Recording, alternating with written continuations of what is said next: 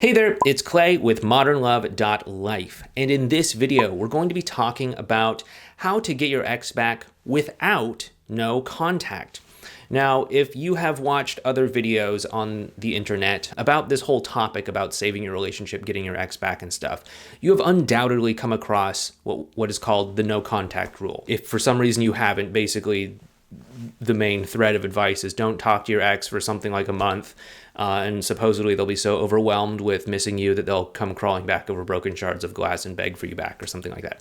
Does that work for some people? I'm sure it does. Does it work for a lot of people? From me talking to lots of people, no, it does not work at all. No contact is not really the best strategy for most people when it comes to getting back together. Now, of course, no contact is a tool, and like tools, there is a time and place for them. We have a whole video playlist on our take on the no contact rule, which is different from what you're probably hearing elsewhere.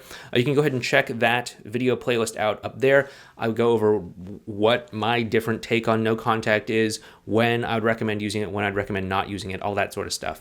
But in this video, we're going to just start with the assumption that no contact isn't right for you, and we're going to talk about how to get back together with your ex without using no contact. So one of the main problems with no contact is most people don't really fully understand why they're doing it. It's just, hey, I've tried begging and pleading, I've tried talking to them, I've tried apologizing, it doesn't work.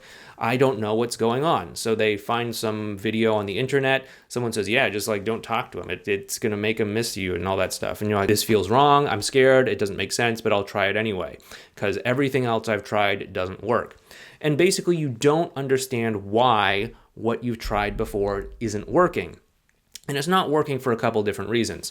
Number one is pressure. When you have too much pressure for them to decide whether or not they want to get back together with you too soon, it's going to cause them to just sort of dig their heels down deeper and say, okay, we're not going to get back together. I don't want to get back together. I want to stay right where I'm at, which is broken up with you. Oftentimes in these early stages, we need to actually drop the pressure. This gives them the opportunity to connect with you better.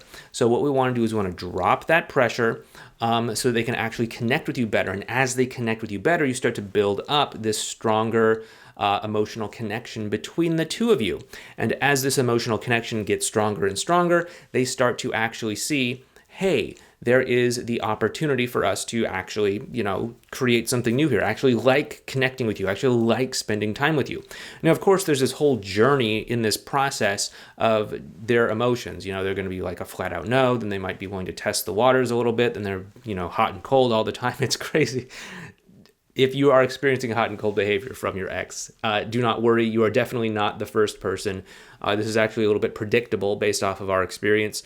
And then, of course, there's the, hey, they're actually enjoying connecting with me, but they're still discouraging me in a very direct sort of stage. And that is also very, very predictable as well too. What we want to do is we want to focus on the emotional connection, and at least in the early stages, dropping the pressure. There is going to come a point in time when we do want to increase that pressure, but for most of you out there that are just finding this video, or you're not having good luck with the no contact rule, you actually want to start by dropping the pressure and then increase the pressure as the two of you actually start connecting better. By the way, if you like this sort of video, please make sure you hit the thumbs up button for the YouTube algorithm. It does help us out with YouTube, really, and it's a free way to support the channel. What we want to do here is we want to start by being relationship focused. Now, so many people come to me either because they've just been consuming the wrong information on the internet, or they're just, genuinely confused and having a hard time sort of figuring things out, the landscape of this new situation they're in. But they're very relationship focused. They want to get back together. They want to make that relationship happen. They want to get the commitment. And I get that. However, we don't want to put the cart before the horse, because we don't want to become what we would call relationship focused. Now, relationship focus is when you are focused on getting the commitment, getting the end result of being in the relationship. This, of course, is going to come organically and naturally if you are connected with that person. And chances are you don't want to just be in a relationship for the sake of being in a relationship. You don't want to just be able to tick the box and update your Facebook status and say, okay, I'm in a relationship, what's next, right? There's lots of people out there that are in relationships that aren't doing so great, but the relationship is just kind of hanging on for whatever reason. We don't want to end up there. So what we don't want to do is we want to not put the cart before the horse, but put the horse in front and say, okay, if we are going to have this great relationship, it's going to come organically out of just connecting. Probably, hopefully, like how the two of you actually first got together in the first place. You know, you weren't like, hey, there's an attractive person there. Let's see if I can get him to be in a relationship with me or marry me or something like that, right? That's probably not what you were thinking. You're probably like, hey, there's an attractive person over there. Let's see if they're cool. The two of you went out on a date. You're like, hey, yeah, you're pretty cool. Okay, I think you're pretty cool too. And then the two of you spent some more time together. It seems like you had a lot in common. As you connected more, you started thinking like, hey, like maybe we should be in a relationship together.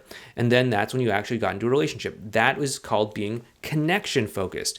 Connection focused is prioritizing the connection and letting the relationship grow organically from that. So that's what we want to be doing in this process of getting back together without no contact. So being in no contact can be helpful for some people because it removes the pressure. There are, of course, other ways that we can remove that pressure as well too, such as just directly saying, hey, let's not put any pressure on us interacting with one another. Let's not force anything that's not there. Let's just be friends for the time being. Things like that can drop the pressure. We can talk about the friend zone some other time. The friend zone is not something you need to worry about, I promise. Yeah, you can just say something like, hey, let's just be friends for the time being. Let's not force anything that's not there. Is that something you can agree on? Stuff like that to drop the pressure. And as you drop the pressure, there's going to be less of an obstacle for them to actually get closer to you. And this, of course, if you're being connection focused, is going to allow the two of you to actually grow that organic connection. Just start by using the advanced relational skills that we talk about in our videos, in our courses, all that sort of stuff. There's a whole playlist right up there on advanced relational skills. Check it out. It's helpful. And then as we start to do this, we'll start to get this stronger emotional connection. Now, as the emotional connection starts to get stronger and stronger and stronger, you may find that that is all you need to do to just get back together with your ex. However, most people are actually going to experience what we'd call the crisis point, where their ex actually starts to panic a little bit because they're kind of put on the spot. They're like, okay, I'm feeling this strong emotional pull towards you, but I'm also afraid to make some sort of change. I'm also afraid to make any real changes that are going to bring us back together. And so what they often do is they try to relieve the pressure.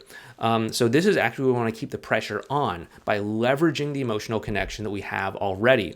So this is where you can actually do things such as let them know, hey, I actually want to be in a relationship right now. Hey, it's actually important for me to do this. Hey, I've been thinking about this and I'm actually in a place where I want a commitment.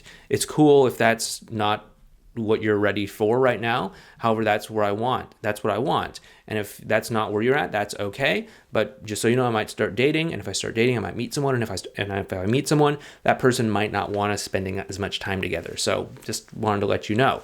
And that's basically you leveraging the emotional connection that you have with them. And as this happens, you can actually get back together with them. They can actually realize, oh my goodness, okay, I'm having these excuses for why I can't move us back together again. What are my friends going to say? What's my family going to say? I'm going to have to end this rebound relationship. I don't know if I'm ready for another messy breakup. I don't know if it's worth risking that to try to get back together with you. After all, what if we don't work out? And then it's like a breakup and then a breakup and then another breakup and all that. There's all of these reasons why your ex might be reluctant to make a real decision. If we can leverage the connection that we have to get them to make a decision by letting them know that, hey, whatever dynamic we have right now, it can't go on forever. What are you going to do? That can actually inspire them to take that final step towards getting back together. And that is what I mean when I say put the pressure on, okay? If you listen to this whole plan, it doesn't involve no contact whatsoever. There's like no part where it's like, yeah, just, cut contact for a month, distract yourself by, lifting weights and exercising and dating a million people and hope for the best. Like there's that's not part of the plan at all. It's focus on the emotional connection, drop the pressure, build up that emotional connection, and then add pressure as you need to. And that's basically it. Once again, I hope you found this video helpful. If you did, give it a thumbs up. And if you want a little bit more help implementing this plan in a more detailed, granular sort of way, we do, of course, have our X Solution Program course over at modernlove.life/ESP. That's modernlove.life/ESP. You can find a link for that down in the description box as well. But once again, my name is Clay. Thanks so much for watching, and I'll talk to you next time.